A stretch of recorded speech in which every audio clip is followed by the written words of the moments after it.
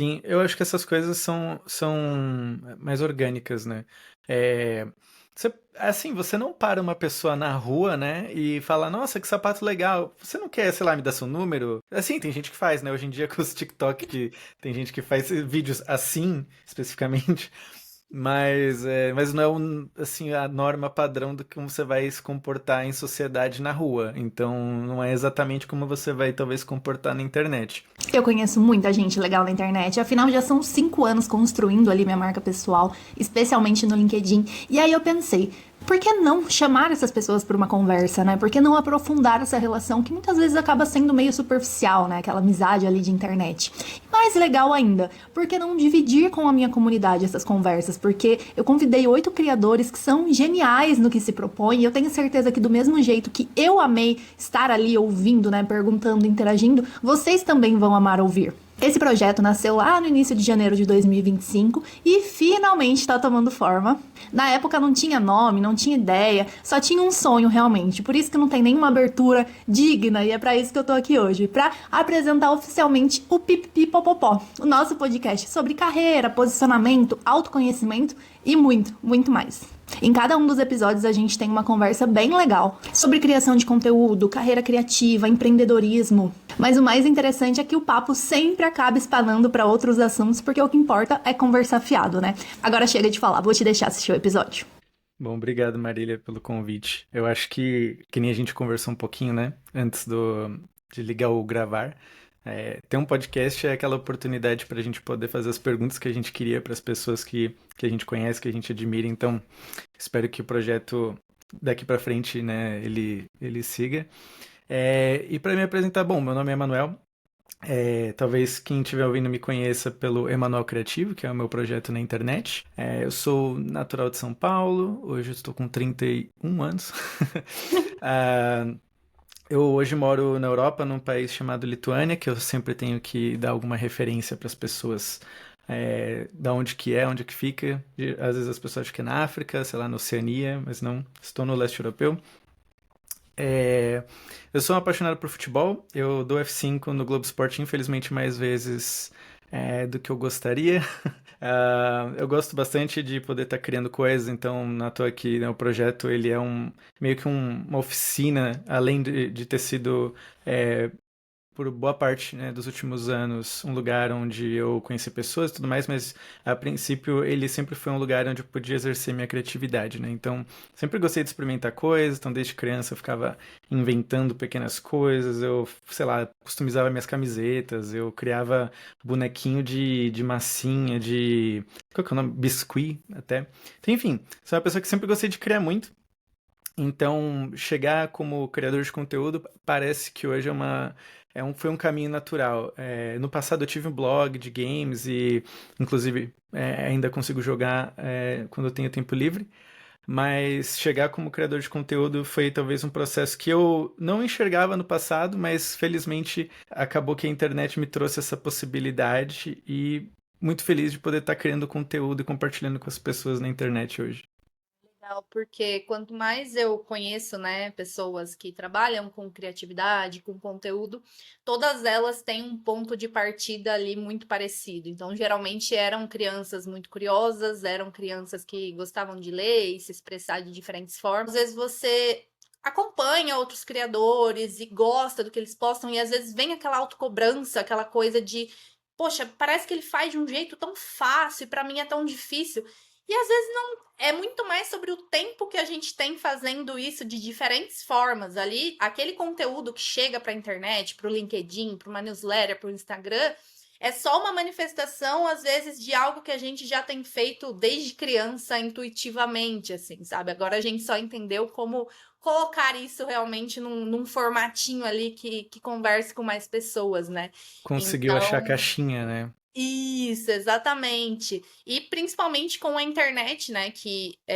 Eu falo que eu não sei como seria a minha carreira hoje se eu não tivesse postado ali no LinkedIn, tivesse começado realmente, porque quando a gente trabalha em agência, principalmente, tem sempre aquela coisa de que você precisa ir para São Paulo para crescer e trabalhar numa agência grande e tal. Então, ou é São Paulo ou é Rio, né? Os dois grandes centros.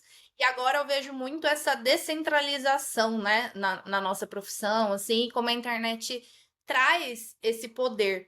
Então, eu queria ouvir um pouquinho de você, um pouco mais sobre como foi essa trajetória, assim, desde começar esse projeto até principalmente hoje, né? Você tem um trabalho CLT, se eu não me engano, e como você foi conciliando as duas coisas, sabe? Se foi algo que você foi trabalhando assim em paralelo, ou também teve um momento de dedicação total ao projeto, enfim, esse contexto mesmo.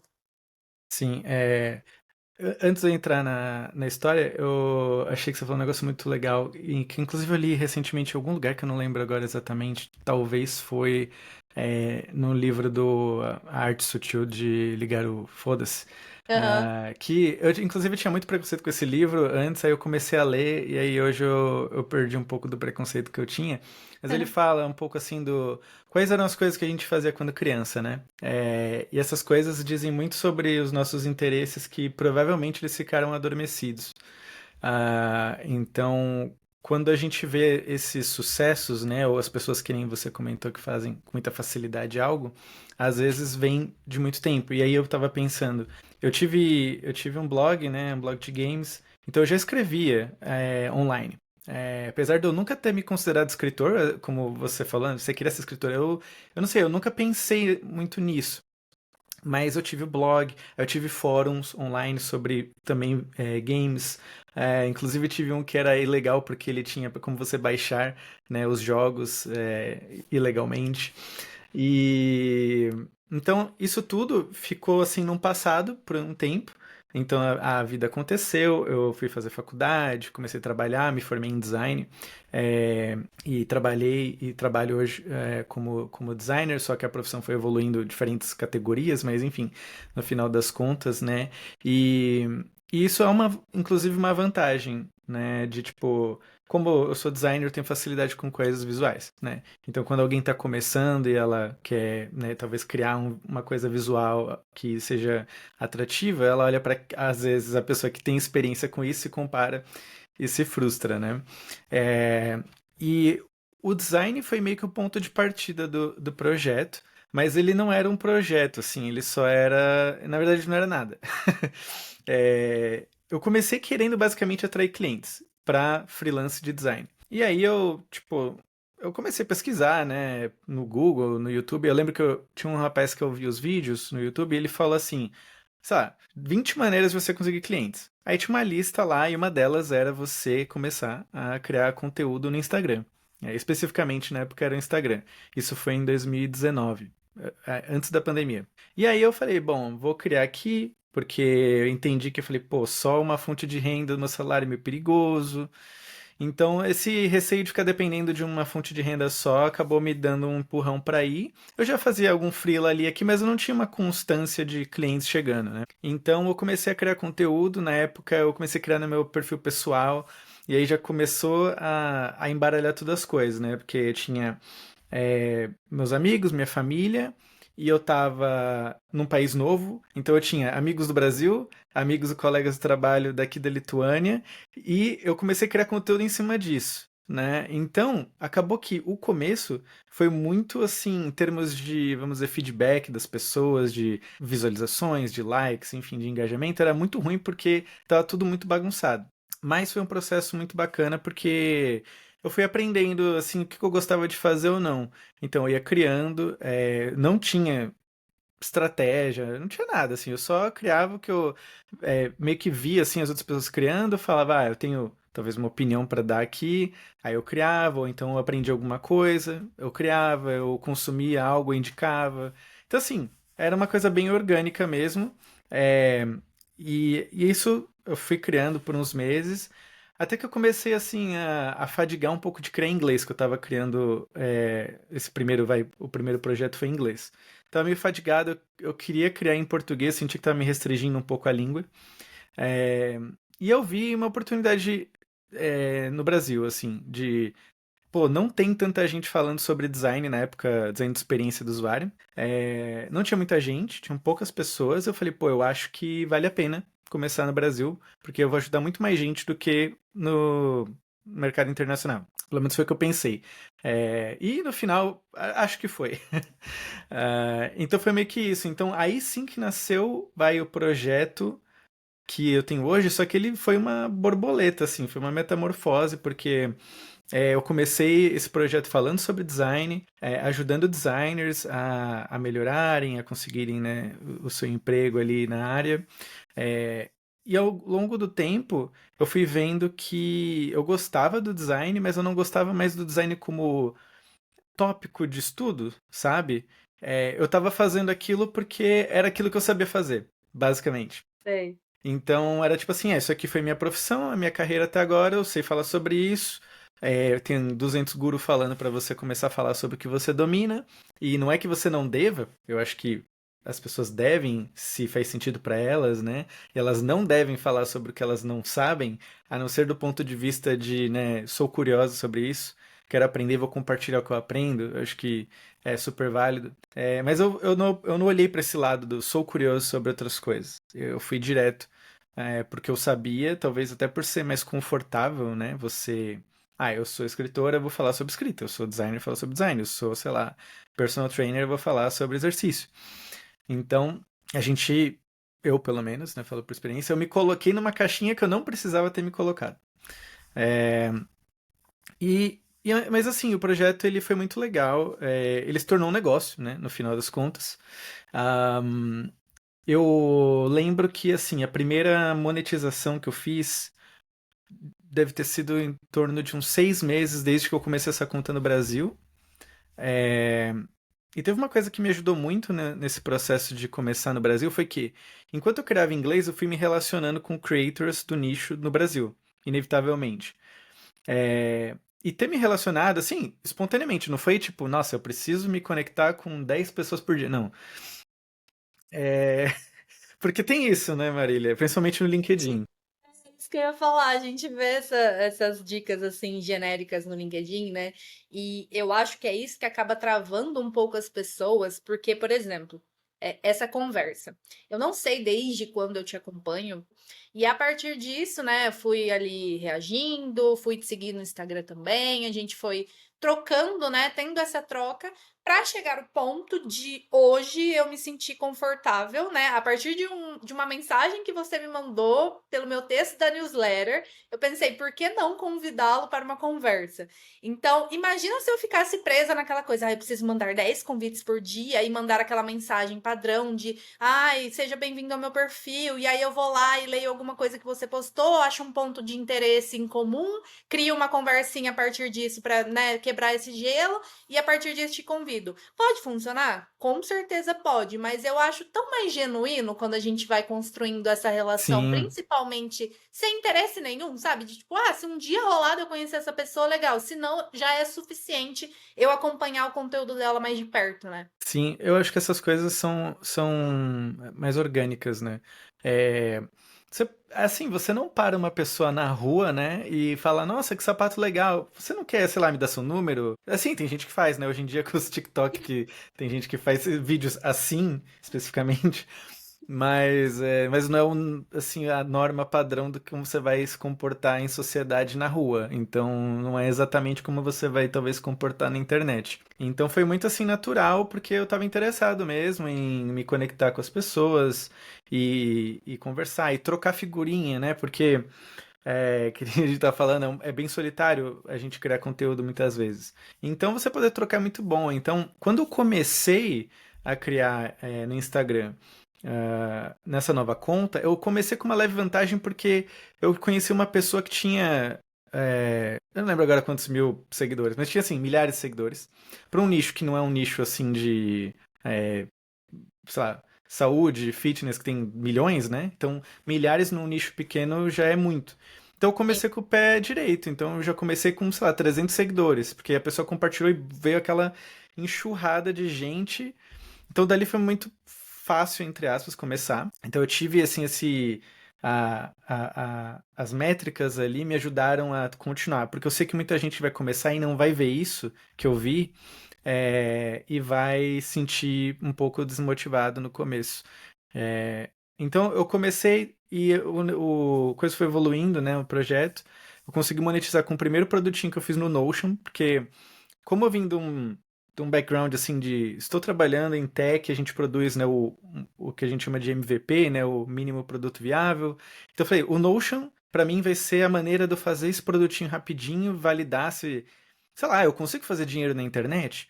Porque eu não sabia. E essa busca do dinheiro na internet não é uma busca do tipo, nossa, eu quero fazer dinheiro a qualquer custo. Mas era uma coisa que vinha da minha infância, porque quando eu tinha meu blog, eu falava, eu queria, na época era o Google AdSense. Eu queria Aham. muito poder pôr, mas o blog tinha que atingir certos critérios e tudo mais.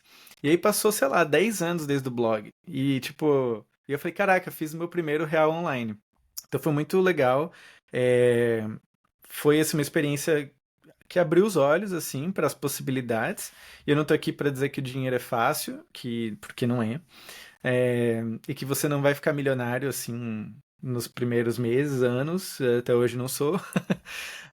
Mas foi que abriu portas. E aí esse primeiro produto ele validou tipo o interesse assim, tipo, as pessoas estão curtindo a ponto de pagarem para consumir algo que eu criei. Era um E o produto template? era um template, mas ele era tipo assim, um template com um monte de checklist para você atingir certas coisas e poder construir seu portfólio. Então tinha desafios dentro, tinha toda a estrutura ali para você seguir, para você ir checando, né, o checklist e conseguir construir o seu portfólio para poder conseguir arrumar um emprego depois na área, né?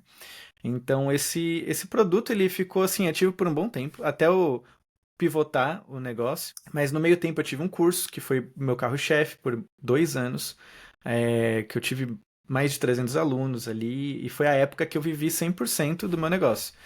Então, durante esse período de existência do curso, basicamente, ali por 2 anos, eu pude me permitir ficar só do negócio. E eu gosto de sempre fazer uma reflexão para esse momento, porque foi um período da pandemia. E uma coisa que eu notei foi que muita gente na pandemia teve esse momento, né? Porque todo mundo estava online, ninguém podia estar offline, assim, seguro em comunidade. Então as pessoas estavam ali 100% dependentes da internet. Então teve essa parte do contexto. Eu não acho que foi só isso, né? Mas eu acho que foi um propulsor, né? Catalisou as coisas e o que estava dando certo começou a dar muito certo, muito rápido. E aí você acaba surfando um pouco essa onda, né? Mas aí o que aconteceu foi muito disso, eu não tinha parado na fundação do projeto, do que eu queria realmente estar falando, e chegou um ponto que eu não queria mais falar sobre aquilo, sabe? Então, eu acho que quando a gente está criando conteúdo, para quem estiver pensando em começar ou já começou, mas talvez não esteja sentindo que está batendo, né, aquela vibe 100%, né? Eu acho que a gente tem que olhar para os nossos interesses também, não só para as habilidades, né? Porque eu tinha minha habilidade. Eu não olhei tanto para os interesses. E quando eu fui ver, eu não estava mais consumindo, por exemplo, conteúdo sobre UX design, eu não estava mais estudando, não tinha mais interesse. Meu interesse total era assim, quero aprender marketing, copywriting, eu quero aprender mais sobre processo criativo. Eu estava em outra vibe. E aí, tipo, ficava difícil eu me manter assim motivado em ensinar as pessoas é, sobre algo que eu não estava querendo estudar. Então começou a rolar um conflito interno ali sobre o que eu estava fazendo, sobre o que eu queria fazer. É, Então foi aí o momento que eu decidi pivotar o projeto, que é o que é hoje. E eu falei, não, eu quero poder compartilhar essa minha experiência, apesar de, como criador de conteúdo, não ser tão longa quanto a de designer, eu falei, eu acho que eu tenho alguma coisa para agregar, pelo menos com quem está começando. E aí eu pivotei o negócio de ensinar design para ajudar as pessoas a começarem a criar conteúdo, porque foi uma coisa que mudou assim bastante assim a minha vida, a maneira como eu olho, né, a minha carreira. E aí eu mudei. E desde então, foi no ano passado, essa mudança, pro começo pro meio ali, não lembro exatamente, março, abril. E aí desde então, e aí acho que foi aí que a gente acabou se conhecendo. E eu lembro que, obviamente, acho que a maioria das pessoas que te conheceu naquela época foi o Marília Reage, que era um quadro muito legal. Mas desde então eu sigo criando com o Emanuel Criativo, que tinha um outro nome, esqueci de falar, mas antes chamava Emanuel de UX, né? Então eu mantive o trocadilho, só mudei o nicho. Bastante. Então foi uma evolução, por isso que eu falei que era uma borboleta, porque não foi uma coisa assim muito linear, foi bem turvo, bem conturbado, assim, em termos de como prosseguiu. E eu acho que é uma coisa interessante de trazer, porque assim, eu tenho pessoas, por exemplo, que me acompanham desde 2020. Então, elas estiveram sempre presentes ali em todas as fases, porque eu estou vivendo um processo muito parecido com esse que você trouxe, porque eu, diferentemente de você, eu não tinha praticamente. Eu tinha pouca experiência quando eu comecei no LinkedIn, então eu acho que fazia um ano que eu tinha começado a trabalhar nessa agência de publicidade e tal. E eu fui mais nesse papel de compartilhar a minha opinião com as pessoas e me colocar nessa posição de aprendiz, né? Eu não era ainda uma referência profissional, não tinha tanta bagagem.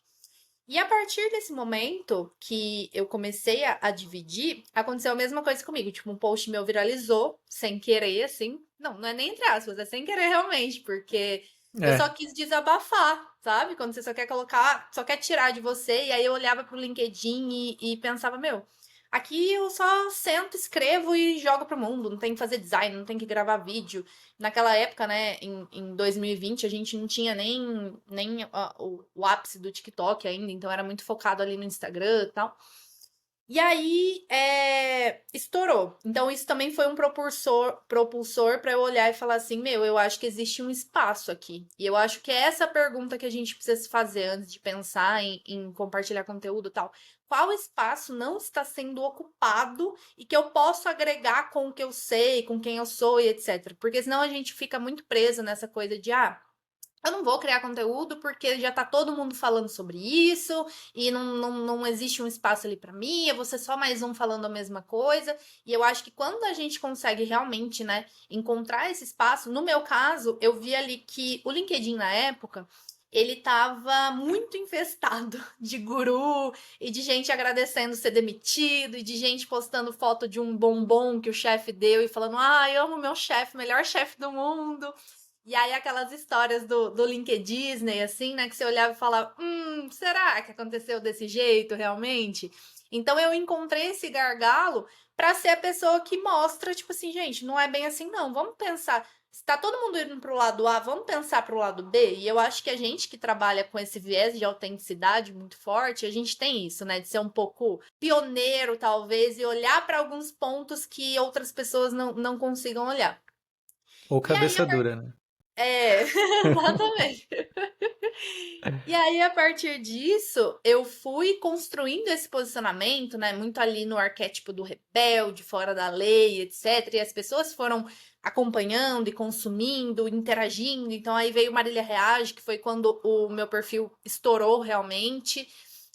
Só que aí chegou um ponto que eu fui amadurecendo, né? E aí chegou um ponto em que aquela menina inexperiente que queria compartilhar ali sua jornada foi ganhando bagagem, foi ganhando forma, foi sendo contratada, sabe, para marcas bem legais, assim, e foi começando a ser convidada, sei lá, para eventos, para dar palestra, para dar consultoria, mentoria, que nunca foi algo que eu planejei, assim, sabe? Eu nunca pensei, eu vou começar a criar conteúdo, porque aí eu vou vender esse serviço, vou vender. Não, era simplesmente tipo assim, eu preciso colocar minha voz na internet de algum jeito. E naturalmente isso foi trazendo oportunidades, né? Então, esse caminho que você foi trilhando, eu acho que eu fui trilhando muito na questão de serviços, assim, não tanto de produtos, mas na questão de serviços. E aí, muita gente foi acompanhando essa mudança, esse movimento e etc. E ficaram muito tristes quando eu decidi acabar com Marília Reage e tal. Só que essas mesmas pessoas que ficaram tristes depois vieram, né, seja por mensagem ou comentário, falar que, meu, eu realmente senti muito quando você cancelou, mas agora eu entendo totalmente, né, devido ao seu novo posicionamento e tal. Então, elas foram acompanhando toda essa mudança, toda essa evolução. Mas, ao mesmo tempo, tem pessoas que chegam hoje no meu perfil, sabe? Tem pessoas que vão começar a acompanhar a Arília que já chegou lá no ponto de vista delas. E elas não conseguem, claro, né? Seria impossível, mas ter esse background de toda essa nossa jornada, de todos esses pontos de intersecções, de todas as vezes que a gente quis desistir, de todas as vezes que a gente olhou para esse trabalho e falou: meu, eu não aguento mais, sabe? Eu só quero voltar pra CLT, trabalhar das 9 às 6, fechar o meu computador e não pensar mais em trabalho, sabe? O meu ex-namorado mesmo, ele trabalhava numa metalúrgica. Ele ia lá, fazia o que ele tinha que fazer, saía, batia o crachazinho, acabou. Não tinha mais trabalho, não tinha mais estudo, não tinha mais pensar em É. referência, não, sabe? Eu senti uma inveja tão grande, assim, mas ao mesmo tempo eu sabia que, tipo, não era assim que eu funcionava. E não adiantava eu ficar tentando fugir disso. E aí, esse ano tem sido um ano extremamente desafiador em vários aspectos, mas eu acho que tá acontecendo comigo a mesma coisa que aconteceu com você, assim, nessa questão do posicionamento. Que eu também, eu era ali a pessoa, né, que escrevia, então eu falava muito sobre escrita, sobre conteúdo. Aí depois eu fui para um lado mais de posicionamento, de marca pessoal e etc. Só que aí eu virei meio que a Marília do LinkedIn, sabe? E aí eu olhava e falava a mesma coisa que você, tipo assim, mas eu não quero estudar sobre LinkedIn, eu não quero ler sobre LinkedIn, é muito maior o que eu faço. Mas como expressar isso para as pessoas, sabe? Como. E aí nesse processo de autoconhecimento, nessa jornada esse ano, fui trabalhando isso internamente e hoje eu percebo que o que eu quero produzir a partir de agora, tudo que eu tô mudando, né, tudo que eu tô trabalhando nos bastidores, assim, que as pessoas não estão vendo, mas quando estiver na rua, provavelmente elas vão perceber, é voltado muito para esse autoconhecimento, sabe? Para escrita, que eu vejo que é o meu cerne, por assim dizer, mas a escrita voltada para o autoconhecimento, porque foi o autoconhecimento que me permitiu alçar, né, voos maiores, e é o autoconhecimento que está me permitindo fazer toda essa mudança, e a escrita que está servindo como essa ferramenta, sabe? Então, compartilhar esse aprendizado, tal, mas isso gera uma quebra muito grande na gente, né? Gera aquele medo de desapegar do passado e toda aquela questão de, nossa, mas tudo que eu construí sendo tal pessoa e agora eu vou começar esse posicionamento do zero. Então, assim, como que foi ou tem sido, né? Porque é um processo constante no gerúndio, essa mudança, assim, para você, essa quebra de quem você era, de quem você quer se tornar, e como isso reflete no seu projeto, na sua criatividade, etc. Eu acho que quando a gente faz essa mudança, né, a gente está mudando uma coisa que é um pilar de quem a gente é, né? E eu também tô nessa de mergulhar bastante, assim, internamente, buscar autoconhecimento. Então, até lendo sobre isso, por isso que eu, inclusive, comecei a ler o livro, né, da capinha laranja lá, da arte de ligar o foda-se. E ele fala sobre valores, né? Ele fala assim, quais são os seus valores? E muito dos valores que eu tinha eram ligados à minha profissão. Então, eu era muito designer. E assim, eu sempre me orgulhei de ter uma carreira bem clara na minha frente desde muito pequeno. Tipo, quando eu tinha uns 13, 14 anos, eu lembro de ter visto um vídeo do Senai na TV, e aí eu falei, não, é isso que eu quero fazer. Era tipo um vídeo sobre animação gráfica, em 3D, e eu lembro que dali foi muito fácil, assim, eu quero ser designer. Aí eu comecei a, sabe, destrinchar e fui perseguindo ali. E aí quando chegou nesse momento tipo, eu falei, cara, eu não tô feliz falando sobre isso, né? É, foi difícil. E, inclusive, nem nesse momento, quando eu pensei, não quero fazer isso, eu sofri a primeira crisezinha, assim, de identidade com a carreira, foi quando eu larguei meu emprego. Então, tipo, o negócio estava indo legal. Olhando para trás, eu vejo assim, poderia ter esperado um pouco mais, mas eu não aguentava mais a rotina do trabalho ali, CLT, de ficar, né, das 9 às 5, 9 às 6, trabalhos que não me realizavam mais. E nunca vi os projetos ir pra rua, você não sentia impacto de nada, assim, parecia que você só tava gastando tempo da sua vida ali. E por causa da pandemia, eu perdi meu pai. Então, meu pai acabou falecendo por causa do Covid, não tinha vacina ainda. Então, eu comecei a rever muita coisa da minha vida. E aí, e você não quer mais desperdiçar tempo de vida, o que poderia ser útil no sentido de fazer coisas com intenção, né? Não sendo maníaco produtivo, né? Mas de fazer as coisas com intenção. Eu não estava fazendo as coisas com intenção, eu estava fazendo porque eu era pago para fazer. Então, chegou a ser ebulição O negócio tava fazendo dinheiro, não era o ideal, não era o mesmo salário que eu fazia, até porque eu tava ganhando em real e vivendo em euro, mas eu falei, foda-se, eu vou tentar, e se eu tiver. Aí você começa a contar várias histórias na sua cabeça, né? Do tipo, se eu tiver as 24 horas pra trabalhar nisso, eu vou fazer dar certo. E deu. Mas ali começou a romper a minha identidade. E eu lembro de ter falado com várias pessoas, com psicóloga sobre isso também. Fiz uma mentoria sobre isso. Então, assim, tentei trabalhar em cima disso, porque eu comecei a meio que pirar na questão do. Agora eu não sou mais designer. Tipo assim, o que que eu sou? Eu sou um educador? Eu sou um criador de conteúdo? Né? Como que eu vou me manter atualizado sobre a área se eu não tô na área? Então, começou a surgir um monte de questões que antes eu não tinha e eu precisava lidar com elas. Então, foi acho que a primeira ruptura, assim, que eu tive foi quando eu saí para empreender. Porque a minha paixão por empreender e tocar meu projeto, ela estava muito grande, mas ela quebrava esse pilar dentro de mim que estava. E assim, eu sou de São Paulo, todo mundo em São Paulo cresce meio que feito para trabalhar, é tipo o filme do Vida de Inseto, para quem tiver ideia suficiente para lembrar. Você nasce e você já é meio que designado uma função, né? Então, em São Paulo, você nasceu para trabalhar. E você tá, assim, com a sua identidade muito ligada ao trabalho. E aí, quando acabou que eu não estava satisfeito com aquilo, aí o chão desaba e você tem que repensar muita coisa. Então eu fiquei. E aí é de novo, porque era quase igual um trabalho. Você pensa assim, você tem um emprego, desculpa, você tem, né, o seu empreendimento, então você pode fazer o que você quiser, você controla o seu tempo e tudo mais, não tem teto para quanto você ganha, mas ao mesmo tempo, se eu quisesse mudar aquilo, tinha um risco, que era um risco financeiro. E, e aí eu precisei avaliar muito bem. Então eu fiquei meses, na verdade, meio que tateando para onde que eu ia. Inclusive, teve um período que eu falei, qual que é a transição que eu posso fazer mais sutil? Aí eu comecei a ensinar LinkedIn para designers, que foi tipo assim, eu achei meio que uma intersecção.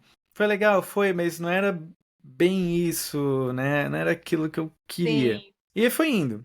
Até que chegou um ponto que eu falei, não, eu preciso romper. Aí eu tive que tomar a decisão de voltar a ter um emprego para poder trabalhar do zero, meio que reconstruir, porque por mais que eu já tinha construído algo, quando você muda, né, você pivota o seu nicho, o seu posicionamento, basicamente o que você está fazendo é você tá pivotando o seu negócio, quando ele é um negócio, né? Então é tipo assim, toda aquela clientela que eu tinha, todos os meus alunos, uma porcentagem deles teria interesse nas novas coisas, mas a maioria não, porque não era aquilo. É que nem você pensa, você liga a TV em determinado canal, talvez em determinado horário, para ver um certo programa. Se aquele programa para de passar ali naquele horário, né, você para de assistir, né? Então era isso que aconteceu com quem me seguia. E então foi um processo também doloroso de ver que, por mais que a gente batalha para construir audiência, quando você faz esse tipo de movimento, a sua audiência, na verdade, ela começa de novo. Ela começa do zero. Então foi doído. Inclusive, até hoje, é um processo que eu olho para trás e falo assim, putz, será que eu deveria ter continuado? Mas rapidamente eu vejo que não devia ter continuado, mas eu não estimava talvez as consequências do que iria vir, né? Hoje eu penso assim, pô, eu poderia ter vendido o negócio, sabe? Então hoje me aparecem outras possibilidades. Talvez, pô, se eu tivesse vendido o negócio, eu poderia ter dinheiro para poder continuar empreendendo nesse novo nicho e tudo mais. Mas, enfim, a gente não consegue prever isso no momento, né? É, então, hoje eu lido melhor, né? Eu acho que hoje eu já entendi que eu não sou só designer, eu sou uma pessoa com muitos interesses. E eu tenho tentado achar maneiras hoje, que ainda é um processo, é um trabalho em progresso, de depositar fontes de felicidade em diferentes coisas. Porque antes estava muito atrelado a trabalho. E aí, teve um período, inclusive, que estava bem distribuído. Eu tinha meu hobby de estudar idioma, eu fazia minhas pinturas por simples prazer. E foi engraçado que quando eu comecei a ficar 100% empreendendo, em tese tinha mais tempo, controle, mais tempo, eu larguei tudo isso. Parei de estudar idiomas, parei de ler sobre outras coisas, eu virei 100% meu trabalho. E aí sim eu virei assim uma coisa que não era para ter virado. Então, hoje eu estou tentando retomar isso que eu fiz no passado, né?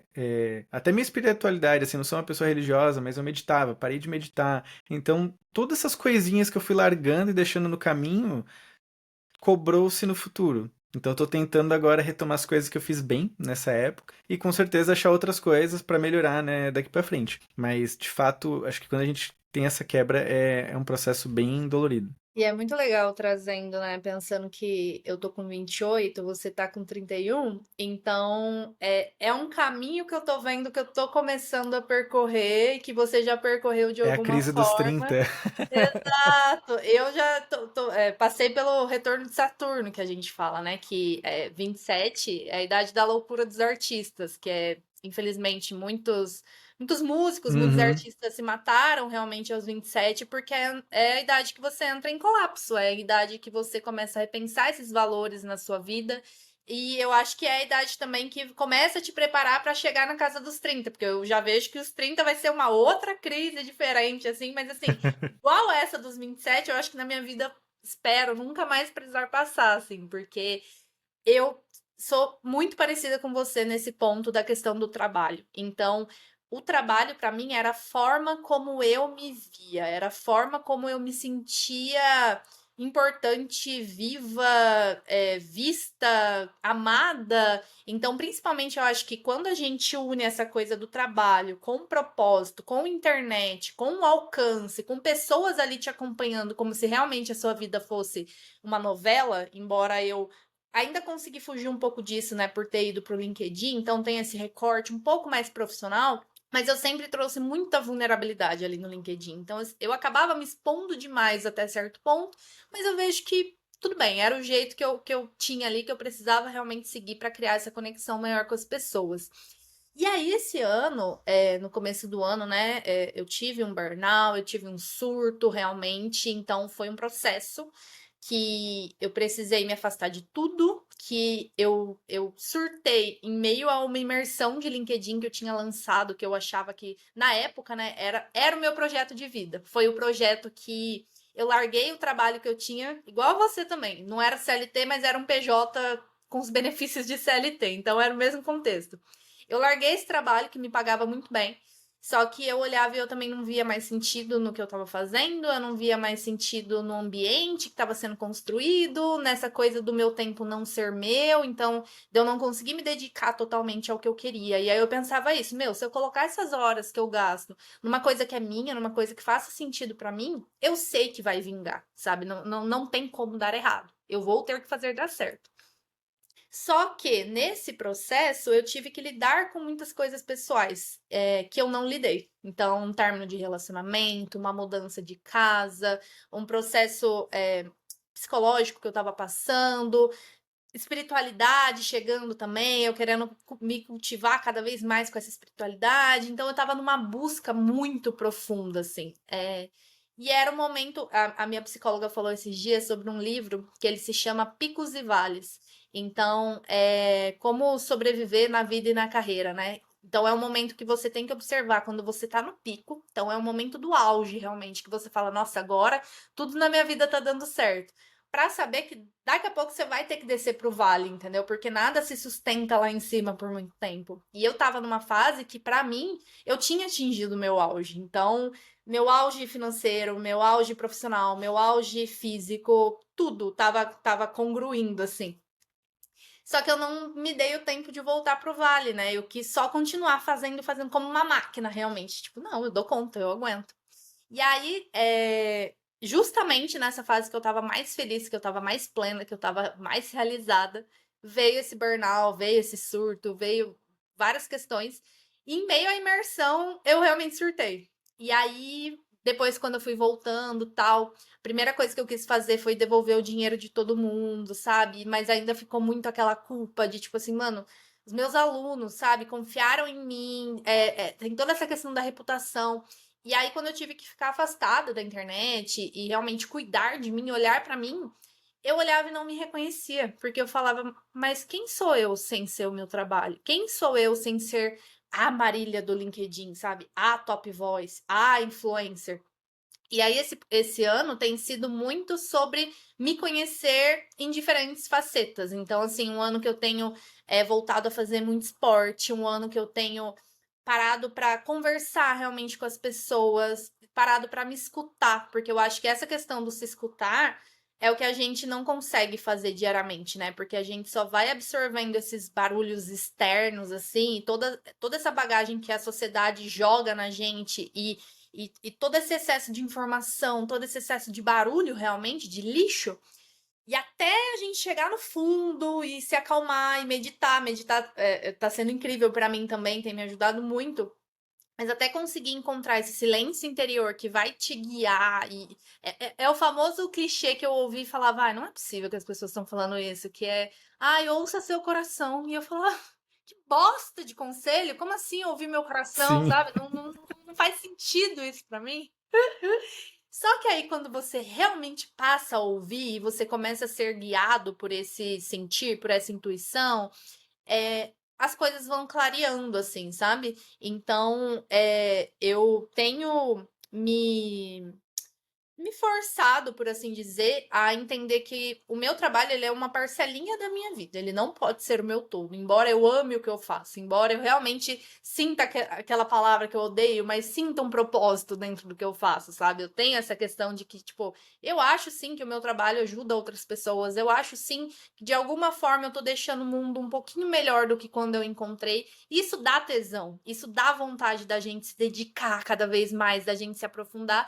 Mas a gente corre esse risco, né? Como você falou, de tipo assim, deixar tudo. É meio que assim: a gente caiu, a gente quebrou, aí a gente teve que começar a se reconstruir. Aí vai um hobby, um exercício, uma espiritualidade e tal.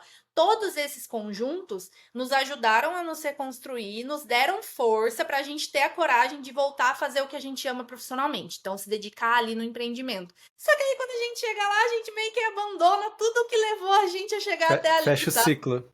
Exatamente, sendo que na verdade o equilíbrio deveria ser assim, como eu continuo fazendo. Tudo bem, pode ser que eu tenha que deixar um esporte de lado, um hobby eu tenho que fazer um dia a Uhum. menos na semana.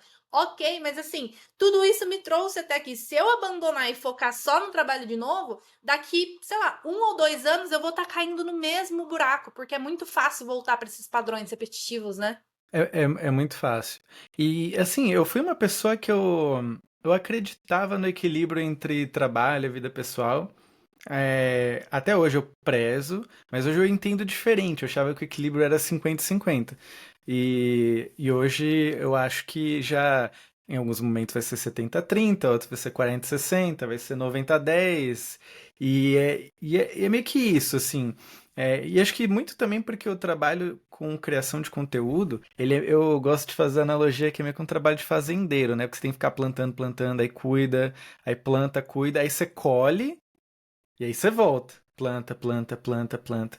Então é uma mudança de mentalidade que me ajuda a ver diferente, porque antes eu ficava frustrado. Eu queria ter bastante equilíbrio e eu não conseguia ter esse equilíbrio da maneira que eu visualizava ele num gráfico de 50-50, né?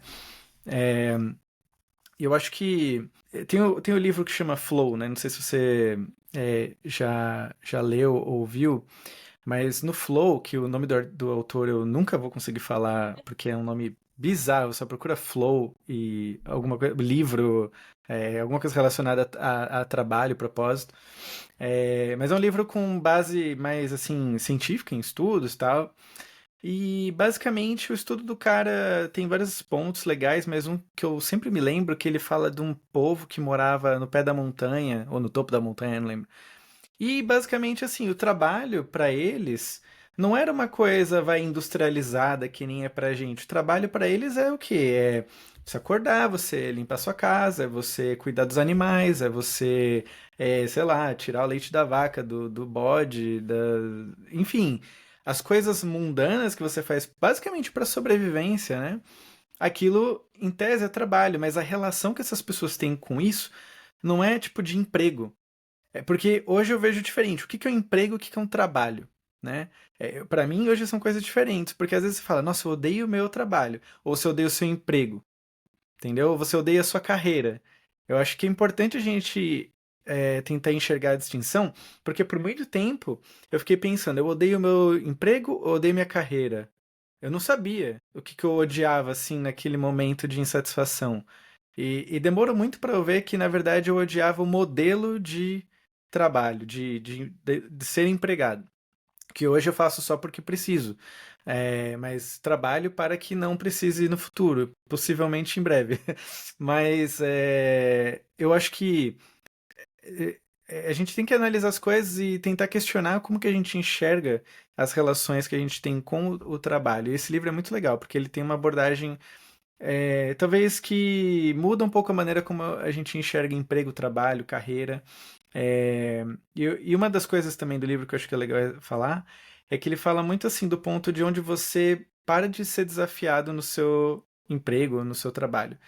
E acho que isso também teve um ponto assim de colaboração para eu quebrar com a minha profissão, assim, entre aspas, porque eu não me sentia mais desafiado, né? Então eu tava naquele ponto de tédio, do tipo, tô fazendo mais do mesmo, mas ao mesmo tempo eu não queria buscar o novo e o desafiador, porque eu não sei, não fazia sentido pra mim, eu só não queria, eu queria buscar outro novo e desafiador, que continua sendo novo e desafiador, porque eu acho que eu ainda não cheguei lá. Então, eu acho que é importante a gente olhar para nossa relação do trabalho, como que a gente enxerga o trabalho. Eu tenho passado muito por isso, assim, porque tem um, tem uma frase, né, que se eu tenho 1 hora para cortar uma árvore, eu passo 45 minutos do meu tempo afiando o machado. E essa frase Uhum, sempre ecoa muito forte aqui dentro, porque, por exemplo, eu sempre fui a pessoa muito dedicada ao emprego. Então, às vezes, sei lá, chegar da academia rápido, sentar, já começar a trabalhar, deixar para tomar banho quando desce, não sei o que, aquela pressa de querer entregar e etc. E aí eu fui entendendo que muito disso vinha do modelo de trabalho no qual eu estava inserida. Então, na época, né, eu estava trabalhando para agências, tal, essa coisa de always on que a gente fala, que eu odeio esse termo também, que para quem não sabe é você postar conteúdo todo dia para uma marca. Então, todo dia tem story, todo dia tem reels, carrossel e etc. E eu fui entendendo que eu não gostava desse modelo, que não fazia sentido com a minha própria marca, que é conteúdo artesanal, porque eu me sentia numa linha de produção. Era justamente isso, eu sentia que eu já estava fazendo um negócio no modo automático e etc. e porque E estava indo aí, contra os seus valores, né? Não dava exatamente, match. não dava match, era como se assim, eu estava me posicionando de uma forma com o que eu acreditava e etc, mas por outro lado, para ganhar dinheiro, eu estava fazendo tudo que ia contra a forma como eu me posicionava. Então isso começou a me gerar muito conflito também. E aí, esse ano, olha como é fácil voltar a cair na roda do rato de novo. Quando eu voltei a trabalhar, quando eu voltei a querer criar um conteúdo ou outro, assim, eu escrevi um artigo no LinkedIn contando toda a minha jornada da heroína até então, né? Tudo que vinha acontecendo, assim, na minha vida. E aí, no final, eu escrevi que, tipo assim, eu queria me afastar um pouco dessa coisa de vender serviço, vender produto e tal, e que eu me via trabalhando na área de comunicação institucional de alguma empresa, porque já é um modelo muito mais tranquilo, é uma coisa mais. Ó, caiu sua câmera aí. Fechou seu áudio. Meu Deus, ó, a tecnologia. Tá dando pra ouvir? Agora tá. Que bizarro. As É porque pérolas eu do devo ter almoço. apertado. Eu devo ter apertado algum comando que a câmera. Ou não sei, eu não entendi. Porque ela tem uns comandinhos do tipo, se eu fizer Ah, que assim, ela dá legal, um. é. Ela ajusta o zoom. Ah, Mas eu não sei por que que ela desceu, tipo. Muito bom. Pena que cortou o fluxo aí do. não tem problema, a gente volta pro flow. Mas assim, resumidamente, né, eu falei que eu queria trabalhar com isso. E aí, quando eu fui voltando, assim, a procurar trabalho de fato, eu vi uma vaga que estava super dentro disso que eu tinha escrito. Aí eu me inscrevi, fui falar com essa pessoa, só que aí ficou um Uhum. processo muito longo, desde a entrevista até realmente, né, ter ali a devolutiva. E nisso eu fui procurando outras coisas e foram entrando pessoas em contato comigo, porque quando a gente começa a se movimentar, as coisas acontecem, né? Então eu tava travada ali, empacada, e quando eu vi, começou a vir um monte de propostas, assim. E aí eu fui voltando pro ritmo de querer aceitar todas.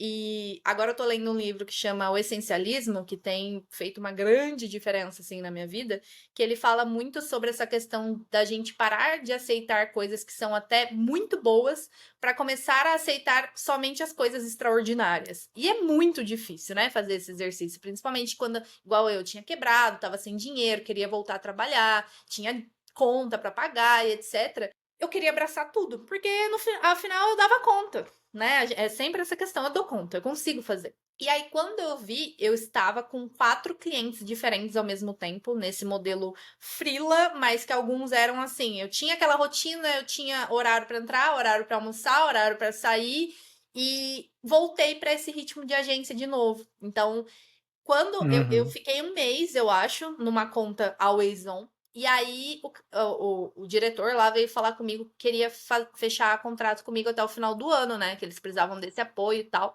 E eu tinha aceitado. Eu aceitei na emoção. Falei, não, vamos e tal. E aí eu olhei e falei, ah, é puxado, né? Mas assim, até o final do ano eu consigo, sabe? Era meio que tipo assim, eu aguento. Passou, acho que 2 dias, aí eu comecei a meditar, comecei a jogar pro universo, realmente, sabe? Porque às vezes a gente meio que subestima o poder de fazer uma pergunta. E quando eu falo universo aqui, gente, pode ser Deus, pode ser uma entidade, pode ser você mesmo, seu eu superior, o universo, o que você acreditar, o que ressoar aí.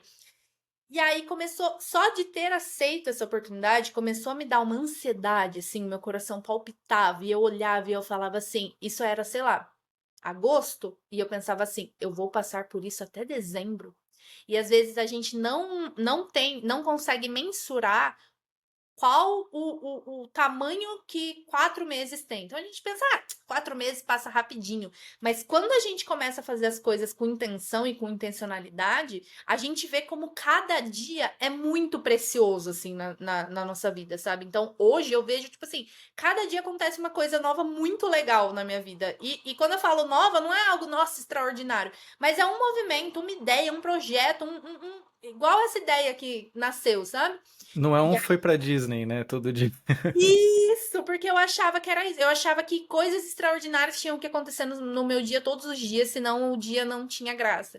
Só que agora eu tô encontrando a beleza do extraordinário no comum. Então a gente faz essa virada de chave e começa a perceber que realmente todos os dias são muito bons quando a gente para pra aproveitar o dia de fato. E aquele trabalho não me deixaria, aquele emprego não me deixaria, né? E aí, enfim, eu por fim, graças a Deus, recusei e tal. E aí, um outro freela que eu tinha pegado acabou. Aí, quando eu vi, eu tava com 2, né? Com esse primeiro, que é comunicação institucional para o Carrefour, que é com uma produtora, não é com uma agência, então é totalmente diferente. E tinha um outro lá que era meio período. E esse outro me pagava 4.000 reais para trabalhar, tipo, das 2 às 6. E também era comunicação institucional, para marcas super legais, né? Tal. Tinha coisa que não vou negar, gente. Tinha coisa que eu pedia muita ajuda do GP ali, sabe? Só que começou a entrar nesse robô automático de novo. E aí eu olhava para aquilo e eu pensava assim: pô, tudo bem, são 4.000 reais, mas assim, imagina se eu tivesse essas horas para realmente colocar ali no meu projeto e tal. Acho que eu valho mais do que 4.000 reais, sabe? Você começa meio que fazer essa conta de tipo assim: o que vale mais? Minha paz ou 4.000 reais a mais? E aí eu larguei. E aí eu fiquei só com esse do Carrefour e tal. Porque eu percebi que, de novo, eu tava fugindo. Eu tava querendo usar o emprego, né, pra fugir dos meus sentimentos. Resumo da ópera, né? Aí eu fui lá, fiz umas viagens em busca de mim, etc. E aí, desde que eu decidi ali, eu falei, não, agora eu vou me dedicar ao Carrefour e vou me dedicar aos meus projetos. Aí eu tenho olhado o trabalho de forma muito mais diferente, assim, muito mais especial, porque o trabalho para mim hoje é eu acordar cedo, eu escrever, eu ler, eu meditar, eu ir treinar. Aí eu chego, eu tomo café da manhã tranquilamente, eu tomo meu banho, faço minha skincare, né? Me arrumo. Aí eu sento, porque aí a hora que eu sentar, eu vou fazer o meu trabalho de forma consciente. Então eu era aquela pessoa que ficava abrindo 1000 abas, assim, sabe? Aí começava a fazer uma coisa, quando eu via, já tava se distraindo com o Instagram, com o TikTok e com o YouTube e não sei o quê. Então, um trabalho de meia hora eu levaria 2 para fazer. Era totalmente contraproducente.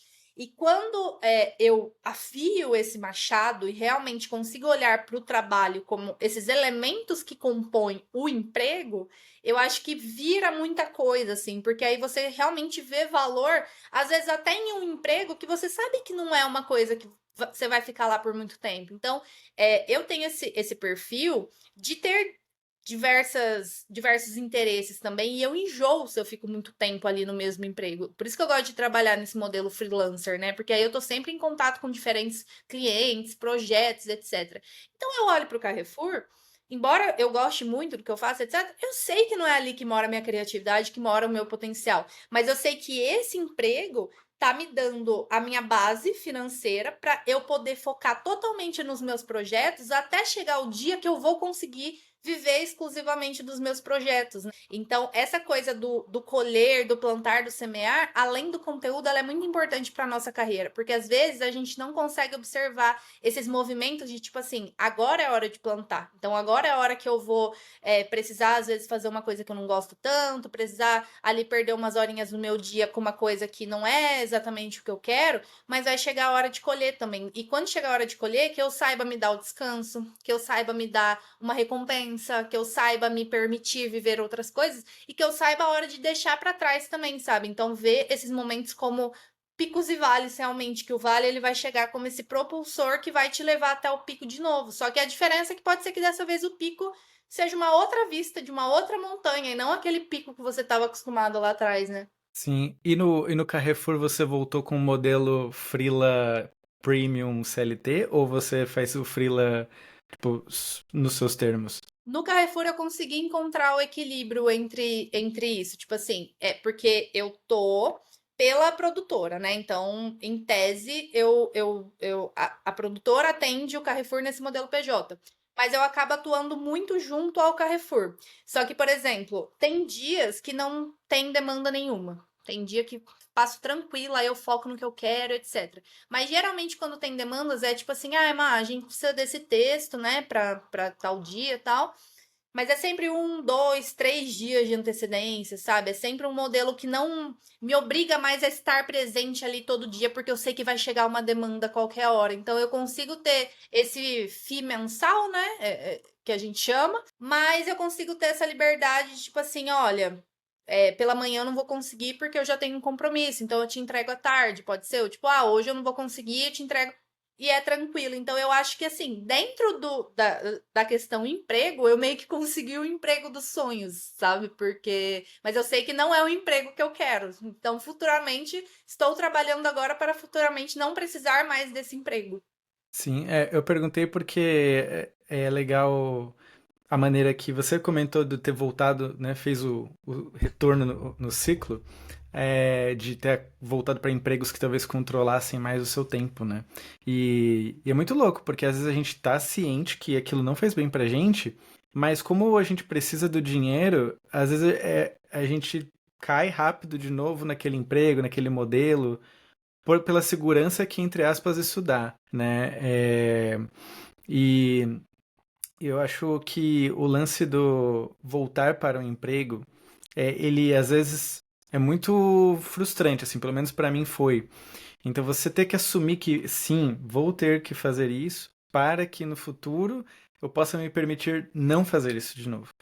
É, porque por um tempo eu fiquei, nossa, acho que eu sou um fracasso, tive que voltar pro emprego, não sei o quê. Tal. E eu tento ser grato, assim, eu também tenho um emprego que me permite trabalhar no meu projeto e, por exemplo, em contraste com o outro que eu tinha quando o projeto começou, que também era um projeto, também era um trabalho, assim, um emprego tranquilo, eu tinha menos tempo. Primeiro porque era presencial, foi no começo, antes da pandemia, esse emprego. Então até vinha a pandemia e me ajudar, entre aspas, Sim. com a trabalhar remoto, eu criava assim, eu acordava 5:30 da manhã, aí, porque eu queria ter um momento também, assim, acordar, tomar meu café, me alongar, fazer toda a minha rotina, Já aí vou tive essa começar a fase criar. das 5:30 Só da que manhã.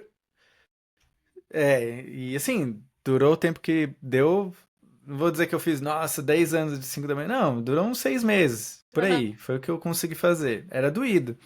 É, mas foi assim, a maneira que eu consegui achar tempo para ter 1 hora, 2 horas, dependendo de quanto tempo eu demorava de manhã na rotina. Quanto mais eu demorava, menos tempo eu tinha para criar. Então eu sabia que, putz, eu precisava sair de casa às 9 e ainda dava um migué assim no trabalho do tipo, eu ia tomar café lá. Aham. Eu só entrava assim, oi, tudo bem? E ia tomar café. Então eu ganhava esse tempo. Então, tipo, tinha que ir ganhando tempo do trabalho. Eu sempre via, assim, meu emprego como um financiador do meu projeto, né? Então, assim, quanto mais eu conseguisse alocar tempo pra mim, entregando o que eu tinha que entregar, claro, no trabalho. Mas assim, eu sabia que eu não precisava estar lá 9 horas por dia, entendeu?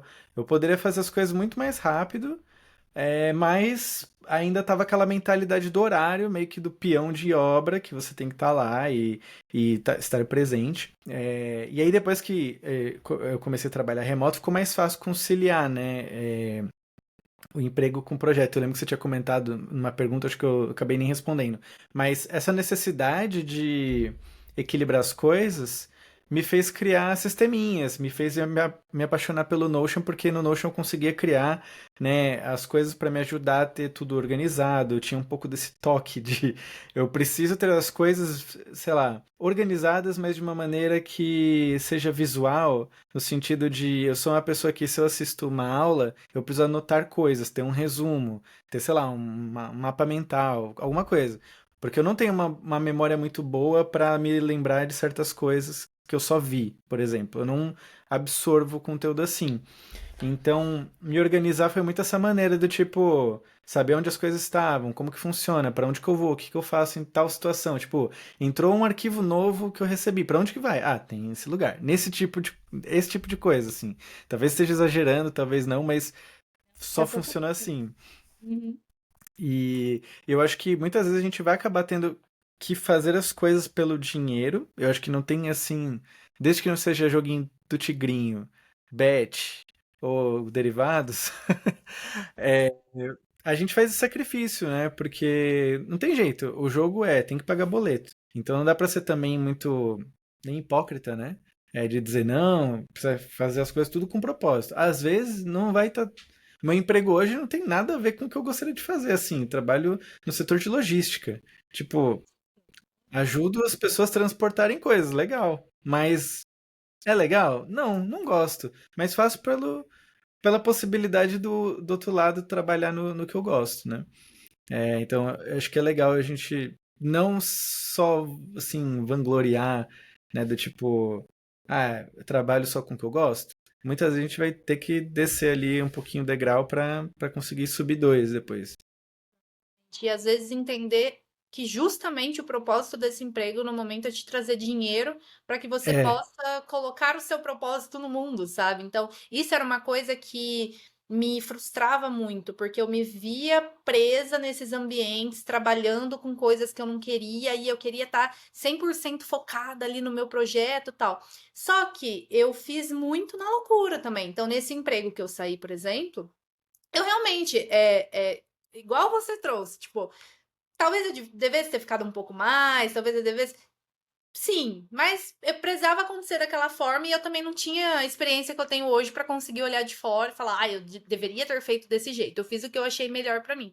Mas eu saí, por exemplo, sem reserva financeira, eu saí indo para um apartamento, para um custo de vida muito mais alto, só com o pensamento positivo de que, tipo assim, não, mas eu estou vivendo no meu propósito, estou colocando energia nisso, vai dar certo.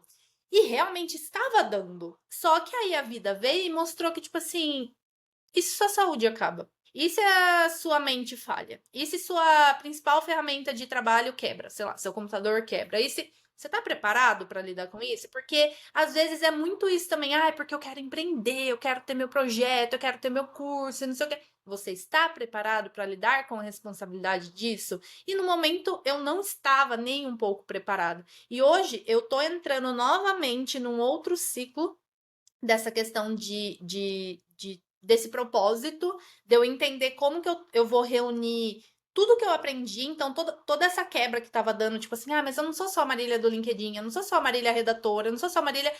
Eu consegui unificar isso num projeto que vai nascer que consegue.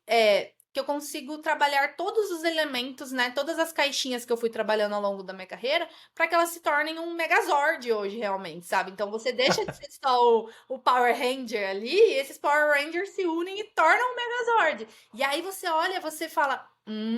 Isso eu posso fazer, isso eu confio que eu faço. Só que agora eu tô dando passos muito mais planejados, então eu sei que não é porque esse propósito virou na minha cabeça que amanhã eu vou me demitir do Carrefour pra me dedicar exclusivamente a ele, porque daí eu me demito, aí entra a ansiedade de não tá entrando dinheiro e eu querer ter uma vida confortável, querer ter uma vida que eu possa viajar, que eu possa desfrutar de cafés superfaturados e etc. E aí eu vou estar vivendo do propósito, só que aí eu vou estar triste e frustrada. E esse propósito também não vai mais parecer que é propósito, sabe? Vai parecer um fardo. Então eu acho que trabalhar melhor esses passos e conseguir encontrar esse equilíbrio. Eu vejo muito isso da Bia, né? Da Beats to Brains. Então ela teve todo. Eu acho admirável a carreira dela, porque ela teve, sei lá, ficou uns 10 anos assim no mercado corporativo, ajudando a construir marcas, etc. E aí ela veio com a newsletter, que se tornou o projeto-chave dela. E aí ela começou a partir disso a criar mais conteúdo e etc. E aí ela fez todo um planejamento para quando ela pudesse sair realmente desse mercado corporativo, tudo tá alinhado. Então, quando ela começa um podcast, vai dar certo. Se ela lançar um workshop, vai dar certo. Porque ela construiu isso. E o problema é que eu acho que a gente, principalmente nossa faixa de idade, assim, a gente vive nessa ansiedade, nesse imediatismo, de achar que as coisas, por ver acontecendo muito rápido com influenciadores, etc., a gente esquece que eles são a exceção. E a gente está tão acostumado a Uhum. ver exceções, exceções, exceções, que a gente começou a colocar a exceção como normal. E não é. O normal é você construir uma base sólida e ir alçando voos maiores de forma confortável para você não se perder também pelo caminho, né? O lance da Bia, da Beats, eu lembro de ver assim, eu fiz um workshop dela de branding, e eu vi assim, eu fazia as contas na cabeça, falei assim, caraca, ela tem não sei quantos mil assinantes, ou não sei quantos mil seguidores, não lembro. Ela vende esses produtos, assim, eu falei, por que que ela não tá, por que ela tá trabalhando, sabe? Na minha cabeça, assim, por que que ela tá no emprego ainda? Como assim? Tipo, ela já tem, assim, a plataforma pra isso.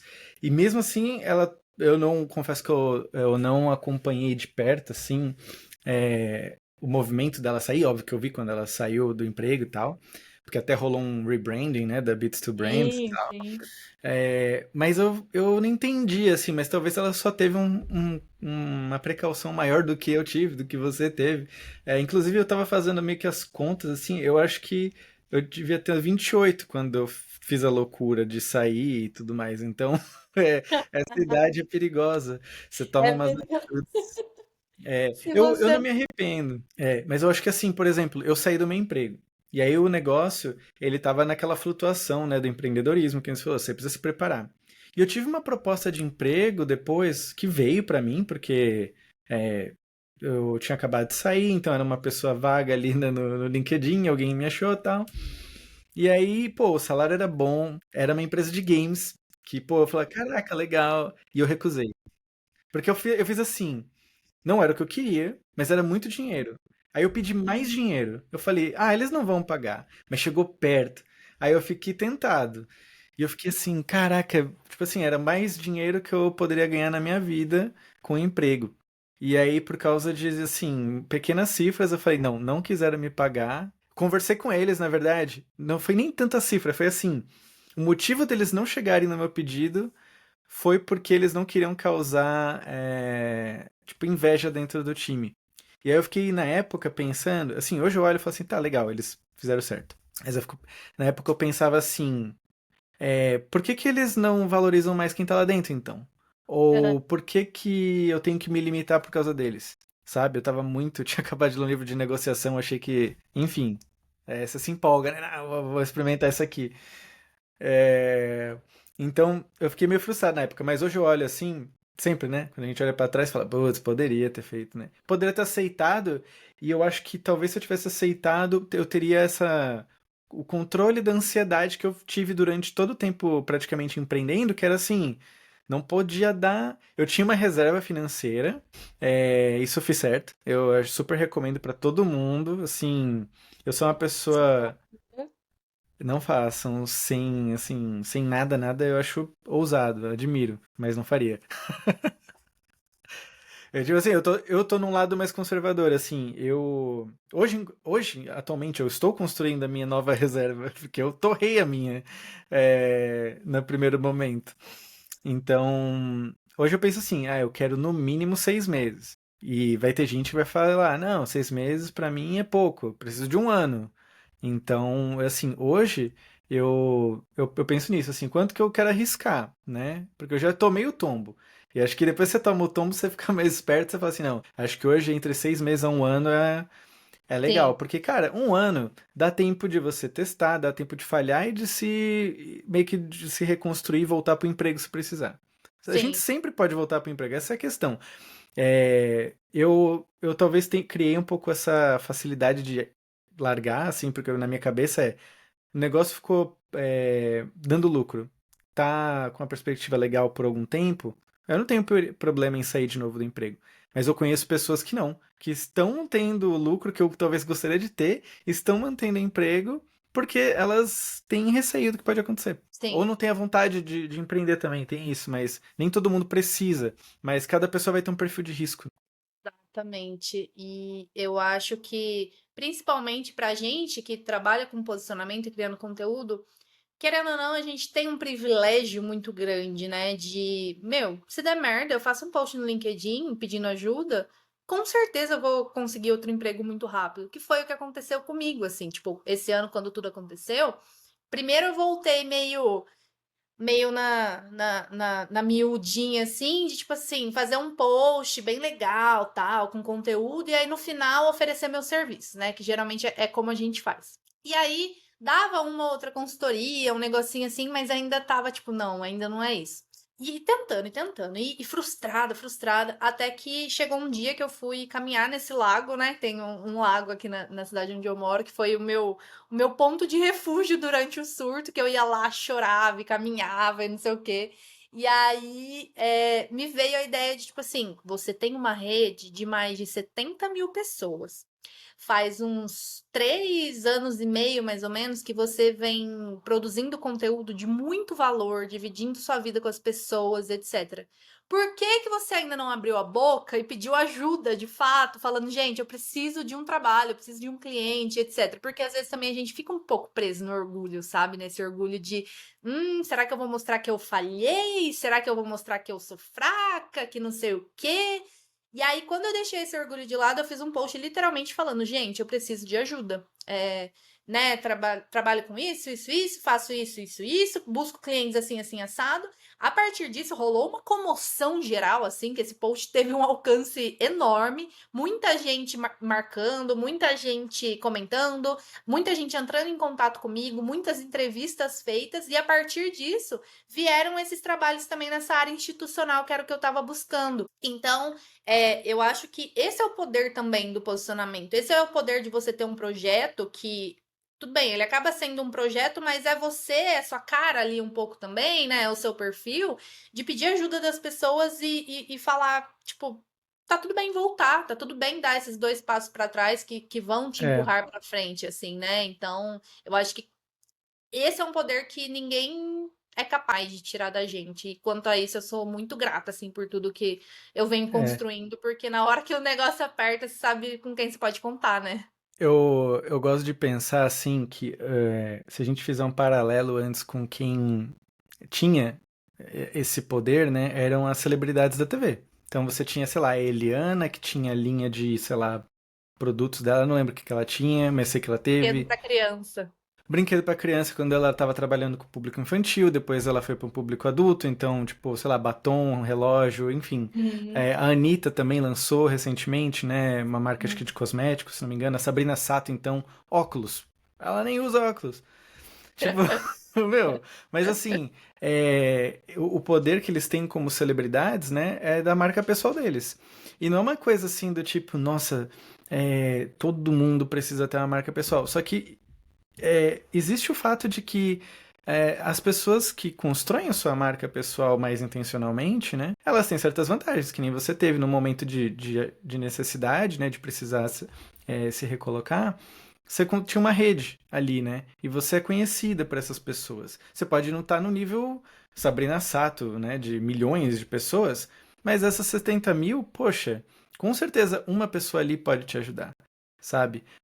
Sempre aparecem oportunidades. Então, não é, às vezes eu fico meio receoso de ficar, sabe, batendo nessa tecla, porque parece que é porque a gente tá meio que falando sobre isso, a gente quer vender isso.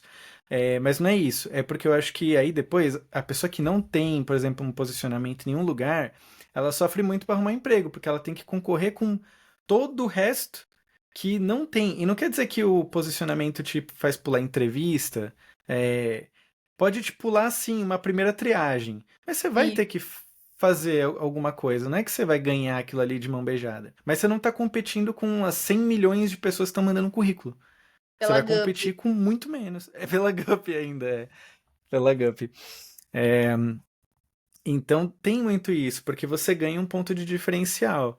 E claro, eu sei que é difícil para quem não tem, né, a vontade de fazer isso.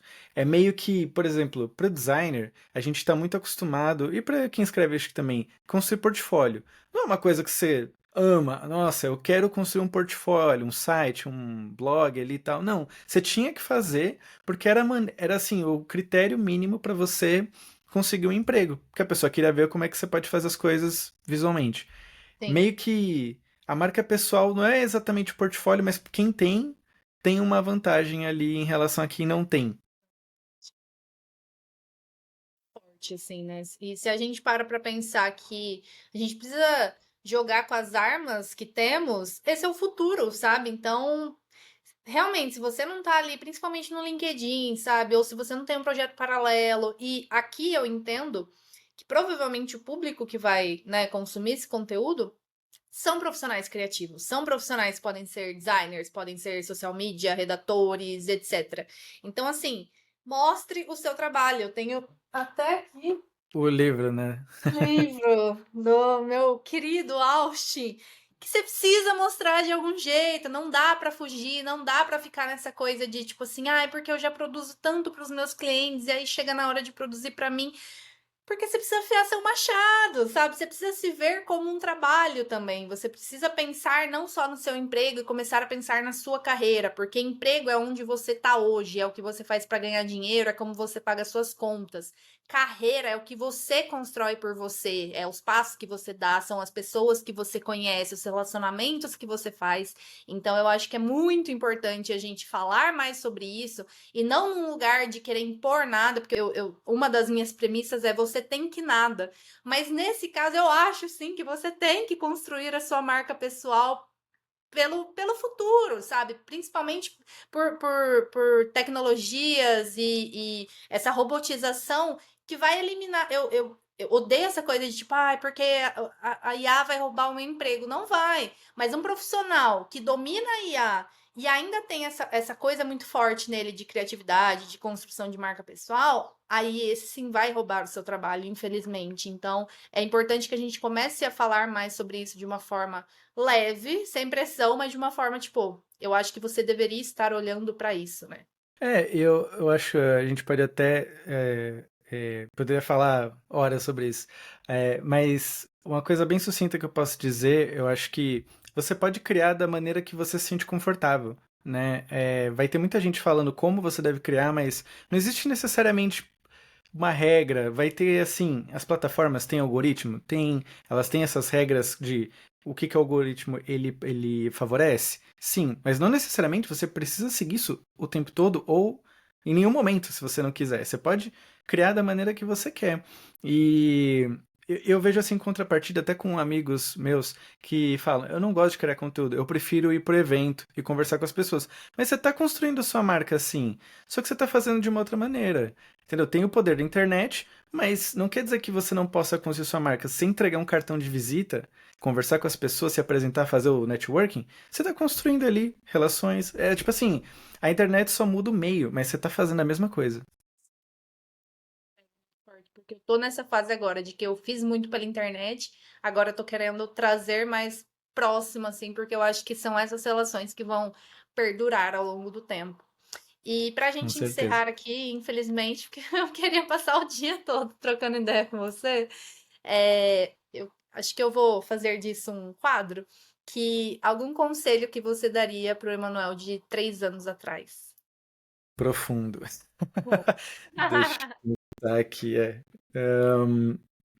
Olha, até fazendo umas avaliações assim recentemente, né? Mas o de 3 anos atrás. O de 3 anos atrás é muito na questão do ter saído do emprego.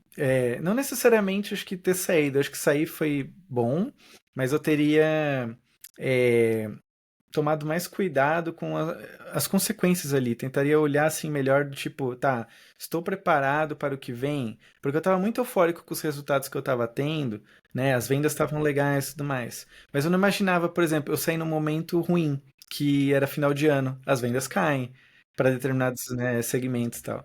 Então eu não previ muita coisa. Então eu talvez teria tido um pouco mais de paciência, talvez com o emprego, ou eu teria procurado outro lugar, já que eu não estava feliz, para dar o suporte financeiro ainda, para que o projeto pudesse florescer de uma maneira mais sustentável. Porque aí eu coloquei muita pressão, a pressão financeira no projeto. E aí acho que isso acabou prejudicando. Eu acho que quanto antes você conseguir esperar para pôr a pressão financeira no projeto, melhor. E fazer isso que nem a gente conversou, né? Com uma reserva financeira, com um plano ali do e se der errado, você sabe o que fazer, né? Tentar conversar com quem já vive assim, eu acho que teria poupado bastante coisa também, bastante ansiedade de você saber o que está te esperando, né? Quando você vai empreender. Eu acho que eu diria isso. Sensacional. Também, a Marília de um ano atrás está absorvendo todas essas informações. Querido, muito obrigada, de verdade. É um prazer ter você aqui como meu primeiro convidado e espero, Obrigadão. né, que todo mundo esteja ouvindo, tenha se identificado de alguma forma, tenha absorvido aí essas chaves e consiga olhar para carreira, propósito, trabalho de uma forma mais leve, mais integrada e mais real, né? Com certeza. Tomara. Tomara. Um abraço. Abraço. Eu vou só parar aqui a gravação, aí a gente Uhum.